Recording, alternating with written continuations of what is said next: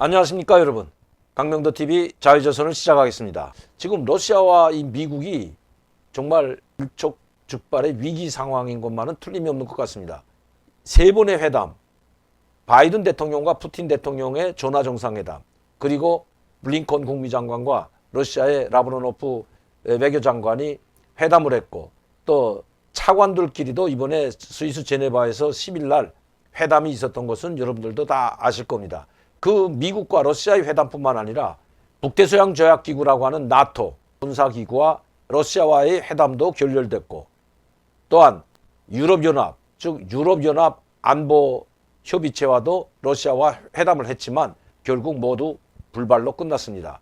이제는 러시아의 우크라이나 침공만 남은 것 같습니다. 그래서인지 지금 러시아와 벨라루스가 연합 군사훈련을 한다고 합니다. 이 남동부 우크라이나에서는 러시아의 군사훈련이 있었죠. 탱크를 앞세운 러시아군의 군사훈련이 있었고, 이제 내달 10일부터 20일까지 벨라루스가 발표를 했습니다. 러시아와 연합 군사훈련을 남부에서 벌린다고 성명을 발표했습니다. 자, 그렇게 되면 이 우크라이나는 벨라루스도 상대해야 되고, 동쪽에서는 러시아군이 침공의 기회를 노리고 있고, 이 남부에서는 벨라루스 군과 러시아군의 연합 작전이 개시될 것 같습니다. 아마 미국에서도 이 연합 훈련을 하다가 침공하지 않을까 하는 그런 우려의 목소리도 나오고 있습니다. 자, 이 로이터 통신이 소식을 전했는데요. 러시아와 벨라루스가 다음 달 2월 10일부터 20일까지 합동군사훈련을 실시한다고 벨라루스 국방부가 성명으로 발표를 했습니다. 이 러시아 병력과 군수 장비가 현지 시간 17일 벨라루스에 도착했다고 전했습니다.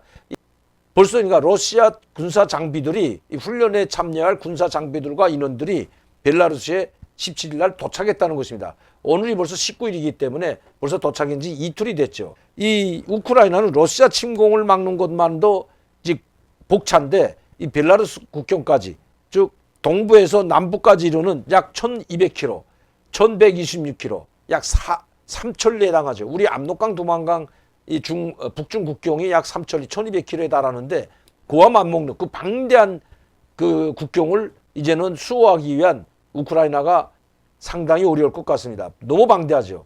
이걸 우크라이나 혼자서 막아낼 수 있을까? 왜? 러시아는 강력한 국가이고 우크라이나에 비하면 엄청나죠. 미국과 맞먹는 군사력을 가진 러시아입니다. 그 러시아를 상대해서 우크라이나가 결국 이거 침공을 막아내기가 힘들죠. 크림반도도 그래서 우크라이나가 러시아한테 뺏겼던 것입니다. 거기에 이제는 벨라루스 군까지 우크라이나 침공에 합세한다면 정말 우크라이나 이 혼자 힘으로는 힘들 것 같습니다. 물론 나토와 미국이 도와준다고 하지만 군사 인원이 도와주지 않는 한 직접적인 무력 장비만 들어가서는 군사 인원들까지 들어가야만이 그나마 버틸 수가 있는데, 군사 장비들만 들어가서, 즉 무기 군수품만 보장해 준다고 우크라이나가 러시아의 침공을 막을 수 있을까요, 여러분? 저는 이거 상당히 힘들다고 봅니다. 그래도 우크라이나는 이 러시아의 침공을 막아내기 위해서 지금 뭐 최후의 수단까지 다 동원한다고 하는데 민방위대까지 조직해서 지금 훈련에 들어가서 사활을 걸고 있는 모습이지만, 여기에 미국은 또 나토도 그렇고 군사 인원은 파견하지 않고, 즉 병사들은 파견하지 않고 군 장비만, 군수품만 지원하겠다는 이런 약속만 하고 있습니다. 그래서 우크라이나가 이 러시아의 침공을 막기 위해서 나토에 가입하려고 했는데 이미 8년 전에부터 가입한다고 승인이 떨어졌지만 이 핑계 저 핑계 대고 나토가 우크라이나를 가입시키지 않았죠. 문제는 여기에서 발단이 된 겁니다. 8년 전에 나토에 가입됐더라면 아마 크림반도도 그리고 돈바스 지역도 러시아한테 내주지 않아도 될 것으로 예상이 되지만 이미 때는 늦은 것 같습니다. 러시아는 더 이상 우크라이나가 나토에 가입하는 것을 결코 용서하지 못하겠다고 합니다. 이렇게 지금 만반의 준비를 갖추고 침공 시기까지 이미 못 박아놓은 듯한 러시아. 자, 2월 10일부터 20일 사이에 군사훈련을 강행하게 된다면 아마 이때가 우크라이나를 침공하는 그런 시기가 되지 않을까요? 전쟁은 이미 불가피해 보입니다. 자, 이런 와중에 블링컨 국무장관, 라브로노프 이 러시아 외무장관과의 또다시 회담이 열린다고 합니다. 이 17일 이 블링컨 국무장관이 우크라이나와 독일을 방문합니다. 우크라이나 방어 문제와 관련해서, 즉 러시아의 침공을 막기 위해서 우크라이나를 도와주기 위해서 우크라이나를 방문하지만 별 뾰족한 수가 없어 보입니다. 또 독일을 비롯한 나토를 비롯한 이 유럽연합 국가들이 우크라이나를 도와주기 위해서 아마 독일을 이 블링컨 장관이 방문하는 것 같습니다. 17, 18 이 양일간에 거쳐서 우크라이나와 독일을 블링컨 미 국무장관이 방문을 하고, 이것이 이제 방문이 끝나면 블링컨 장관과 이제 라브로프 러시아 외무장관이 회담을 가지는 것 같습니다. 마지막 회담이 될 것으로 예상이 됩니다. 지난달 2일에도 블링컨 장관과 라브로노프 러시아 외무장관이 회담을 했지만 별 성과를 내지 못하고 결렬됐습니다. 또 미 국무부 차관과 러시아 외무부 차관이 스위스 제네바에서 10일 장시간에 걸쳐, 즉 8시간의 마라톤 회담을 했지만 그것도 역시 결렬이 됐습니다. 양자 간의 입장차만 확인하는 회담이 되고 말았던 것입니다. 이제 마지막 회담일 것 같습니다. 미국은 러시아가 우크라이나를 침공한다면 강력한 북한 제재와 맞먹는 강력한 제재를 한다고 하지만 별 소용이 없을 것 같습니다. 시청자분들도 아시다시피 북한은 그렇게 강력하게 제재를 한다고 했지만 북한은 오히려 이 제재 속에서 미국 대북 유엔 대북 제재를 비웃듯이, 또 미국을 비웃듯이 계속해서 연일 새로운 신형 무기들을 선보이고 발사하고 있습니다. 대북 제재가 실패했다는 것입니다. 왜?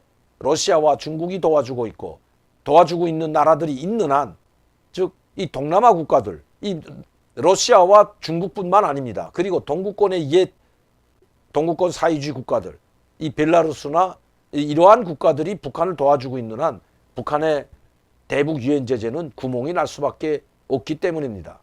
특히 미국이 러시아를 압박하고 중국을 압박하는 이 상황에서 북한을 1순위에서 뒤로 밀려나 있다는 것은 이미 알려진 사실입니다. 미국이 북한의 핵 문제를 컨트롤하고 핵 문제에 집중해도 모자랄 판에 지금 러시아와 그리고 또 중국까지, 이제 강력한 중국에 대한 대규모 압박작전과 포위작전을 하던 미국이 이제는 우크라이나 사태로 말미암아 커다란 적을 또다시 하나 만났다는 것입니다. 그것이 바로 러시아죠. 이 러시아 간단한 국가가 아닙니다, 여러분. 옛 러시아, 소련이 거느리고 있던 6개, 카자흐스탄과 벨라루스를 비롯한 6개의 국가를 통솔하고 있는 나라가 바로 러시아이기 때문입니다. 중국보다 더 위험한 국가가, 저는 미국을 상대하기가 벅찬 국가가 러시아로 생각이 됩니다. 러시아는 핵무기만 해도 8,000개 이상을 가지고 있을 뿐만 아니라 강력한 군사력도 가지고 있기 때문입니다. 국초음속 미사일만 해도 마찬가지입니다.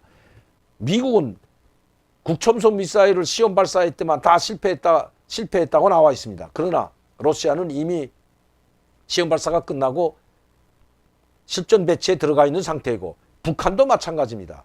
그렇게 대북 유엔 제재, 강력한 유엔 제재를 받고 있는 북한도 이미 국초음속 미사일을 3번이나 발사했고, 마지막 발사 때에는 김정은까지 직접 참여함으로써, 즉 참관함으로써 성공했다는 것을 만방에 과시했던 것입니다.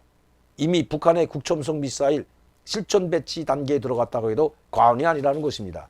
이렇게 미국은 아무리 나토가 있고 유럽연합이 미국의 동맹으로 함께한다고 하지만 러시아를 상대하고 중국을 상대하고 북한 상대하기가 상당히 힘겨울 것은 틀림없기 때문입니다.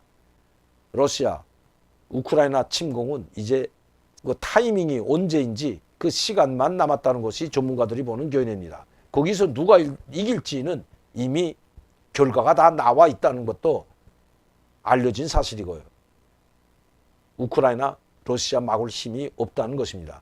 또 러시아는 전면전을 통해서 우크라이나 전체 지역을 점령하는 것이 아니라, 즉 러시아계 80%가 있는 이 돈바스 지역을